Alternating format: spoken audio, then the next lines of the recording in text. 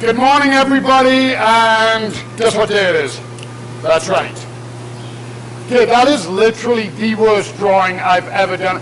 I had to put a jack-o'-lantern in there because I drew my arm at such a wonky angle. So I did myself hugging a jack-o'-lantern. It's almost that time of year. Again, it's Friday. We made it through another week. Relatively good weather. No complaints, but autumn is definitely here. Hope you guys enjoyed everything about protecting the garden, raking, cleaning up, all of those good subjects. And again, any comments or questions, let us know. We did get a comment, and somebody thanked us. They said, "Oh wow, this is great advice. I finally know how to put my garden to sleep." We got a few comments about people talking about raking the leaves. And you know, again, that misinformation. Oh, do I leave them? Do I get rid of every single leaf on my property? What to do? So again, that's what we try and bring you guys. You know, some information, some education, and let you guys kind of decide how you want it to be. Again, there's never really a right or wrong answer for a garden. They're very personal, as they should be. We've all got our tastes, and at the end of the day, it's whatever makes you happy. We live in a crazy world. A lot of us work, and there's tons going on. When you come home, and you get to your house and you get to your garden, that should be your little sanctuary. That should be what you enjoy. So whatever works for you. And if you have any questions, if you're unsure, and you want to come to us and be like, well, you know, how do I do this? What do I do about this? That's what we're here for. So speaking about raking, we're going to go back to that. And I want to address rake safety. So when we did the tree planting, when we went to Pascal's property, hi Pascal, I hope your tree's doing good. Any questions, let us know. I had a rake like this. And the rake is literally to clean up the soil, any debris when I'm done. Now when I was using this rake, when I was done, I kind of just put it down like that. Now, some people said, oh no, a rake should go like this, or you're going to hit yourself in the face. I've been in this gig for a number of years, so I put that rake down, it's not going to do anything. It really isn't. That's never going to come up and hit me in the face. In fact, if I put it like that and I'm not going to do it and step on it, I'm probably going to split all my tines. Okay? So that's where that came in. However, if we're discussing hard rakes, and we are talking rake safety, so you'll notice I got a child's rake here. But it's the exact same principle. This is an earth rake, leaf rake. Okay? Those are the difference. Fan rake, hard rake. There's all kinds of different things, but this is essentially the rake that we're talking about. Now, one of these, you're leveling the ground or whatever you might be doing. That should always go down like that. If I put it like that and step on it, those tines are going to sink into the earth. They'll aerate the ground, they'll aerate whatever. No harm, no foul. I leave it like that and I'm not prepared. We've all seen the cartoons, and it does happen literally that quick. I've seen people take a rake to the... I shouldn't laugh. I'm not a good person. I'm sorry. It is amusing because it's literally like that. Nobody died. No. But I've seen it in the cartoons where somebody has stepped on a rake and it, bam, full on in the face, bloody nose, no bueno. So whenever you're using a hard rake, tines down. When you're using a soft rake, doesn't really matter. I always try to put mine tying up so I don't damage it because I have stepped on them before. And what'll end up happening is you'll take those tines and you'll bend it right in. Now, it's soft, they are malleable, you can bend them, but like anything, the more you bend it, the weaker it gets. So that's our lesson in rake safety, which brings us to Brandy asked a question. And she asked, what are some of your favorite tools? And to literally nobody's surprise, nobody said the rake. Nobody said the rake. So I'll start. My favorite garden tool is the pruners. Okay, I love my pruners. I can't garden without them. I've got a pair at home. They're always attached to my belt when I'm in the garden. Cutting roots, transplanting, opening bags, even taking splinters out myself. My pruners are literally locked onto my side. Somebody else, they love the garden trowel. Great tool. I love my garden trowel. I love these because they're super easy. Put it in your pocket, easy to get around. Plant annuals, plant bulbs. You do so much with it. You got a nice good one, a nice sharp one. This is a transplanting trowel. If you are indeed transplanting, this will cut roots nice and clean. So this is a great tool. We also had somebody who said kneeler pad thingy. I believe this is what they were talking about. These are fantastic. Honestly, if you've got bad knees, even if you don't, why risk getting bad knees? I do have bad knees from years of landscaping and other things, and they're just really simple. Just put it down, it's going to cushion your knees. I think every gardener has had it before where you're kneeling and you move on your knees and you kneel directly on a stone or a thorn or a branch. It's going to get your attention. And another one that got picked was this guy, especially because he's got googly eyes. Yeah. Yeah, Brandy picked this It was me. I love me a watering can. And it's an excellent tool. Yeah. The watering can is essential. Remember what we talked about all this week about protecting plants. What do plants need before they go into the winter? They need water. Trees, planting a tree, no fertilizer, water. So a watering can is an excellent choice. I'm not sure I would personally go with this one, not because it's a duck. I should have drawn the duck. Yeah, you should have drawn the duck.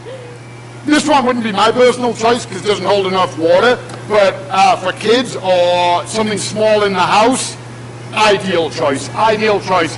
And the watering can is really excellent.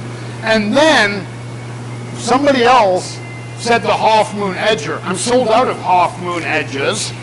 For those who don't know, a half moon edger, what do you think of my 3D Q&A? Fancy. I know, I'm pretty impressed. I spent so much time on that, I had to rush that. And this is what a half moon edger looks like. Literally, it's a half moon, it's a perfectly rounded blade, great tool. Great for cutting sod, edging a flower bed. I've got one at home and it's part of my essential tools. My essential tools are pruners, edger, shovels, rakes, garden fork, and a good cultivator. I don't care if you're using a stirrup hoe, a diamond hoe, a 3-tine cultivator. I like something to turn my soil, to mix my amendments through my soil. So I have a must list of garden tools, but we asked what the favorite one was, and yeah, my favorite by a country mile are my pruners. But again, no wrong answers. We all garden differently. Now, something else I was surprised and happy about. We asked, if you remember when we were talking about ladybirds, I said I'd been bitten by them. And I said, you know, a lot of people that I've spoken to have never been bitten by a ladybird. They didn't even know they bit.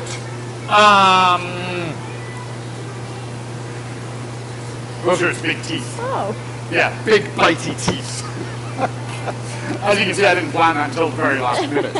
I did a smiley face and then decided it needed teeth.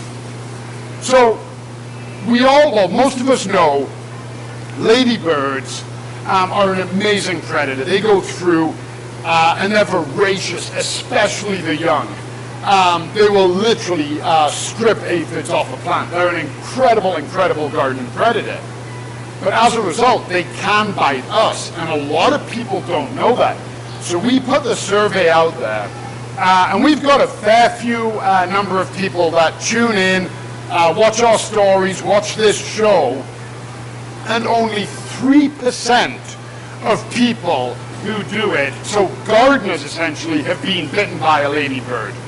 And then, like I said, I talked to my colleagues, and the vast majority who are also gardeners have never been bitten, and then you get a few who are like, oh, I didn't even know they did bite. So yeah, they do bite, and some of you have been bitten. Now we asked as well, and this is great, I love these lists. If you remember, we stopped at Rosso. I love Rosso. And we got a coffee for planting the tree. Essential, tool. We were talking about tools, that's an essential. We thought we'd put it out there and ask you guys, what are your favorite coffee shops? So we thought we'd give some shout outs. Rosso came up. DeVille Coffee. Heritage Roasting. We had the chance to meet the Heritage Roasting guys at the last Home and Garden show. A couple of great guys. Actually, I give them a fern because they didn't have any plants at the Home and Garden show. I hope your fern is still alive, Heritage Roasting Company. If not, you got to wag my finger. I can't read my own writing. I am so sorry. Roastery. Analog. One of my all-time favorite answers, all of them. What a great way to support local business. You know, during this time, we know a lot of businesses are closed, a lot of people are hurting, and getting out there and supporting local coffee shops and local mom and pop operations is fantastic. I love seeing the hashtag #ShopLocal YYC. I love seeing those trending. Long may it continue. Rake is another one. So those are some great shout outs. If you haven't been to one of those coffee shops, check them out. You won't be disappointed. They're all good. And then I want to say we received a huge compliment from somebody. I had to actually check with Brandy. I knew it was a compliment, but I didn't know to what level. And somebody had said they wished they'd been able to watch us growing up instead of Treehouse. They watched Treehouse growing up, and they said they would have rather have watched Brandy and I and GAKidsTV because they would have learned something. And that is one heck of a compliment. If I'm competing with Blue's Clues and Ants in Your Pants and Sesame Street, like the pinnacle of it all, Sesame Street, if somebody even mentioned us in the same breath as that, nothing but love. Nothing but love. So, thank you for the comments. Thank you for tuning in. Thank you for answering our questions and our polls and having fun. We love doing it. We got a great week coming up. We're going to talk about annuals. We're going to talk about fall annuals. Why are they important? Is there a point in planting them?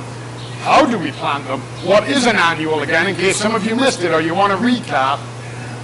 We're also going to talk a tiny bit, because then the week after, look how organized we are this year, Brandy. We got like weeks planned ahead. In the spring, we were so chaotic. Literally, there'd be some days we were working on the schedule the day off. This time, season 2, we had a bit more time to prepare. We're also going to be mentioning bulbs, tulips, daffodils, how to plant them, and what you're going to get in the spring. So stay tuned next week. You know what? I think I'm going to build a planter. Maybe we should give it away. Yeah. What do you think of that? Yeah. Give somebody a fall planter. I could build a planter. Yeah. Okay, I'm going to build a planter, and then Brandy's going to give it away. How does that sound? We'll pick that. So again, thank you to everybody. Keep tuning in. Keep the comments and the love coming. You know what? We've also had a few people comment on things like we got asked about volume. If there's something you don't like, or there's a different format, or you have a concern, let us know that too. We want to know everything you guys think. We want to help you guys out. So have a wonderful, wonderful weekend, everybody. Be safe, enjoy, get some gardening in, and we'll see you guys on Monday. Bye, everyone.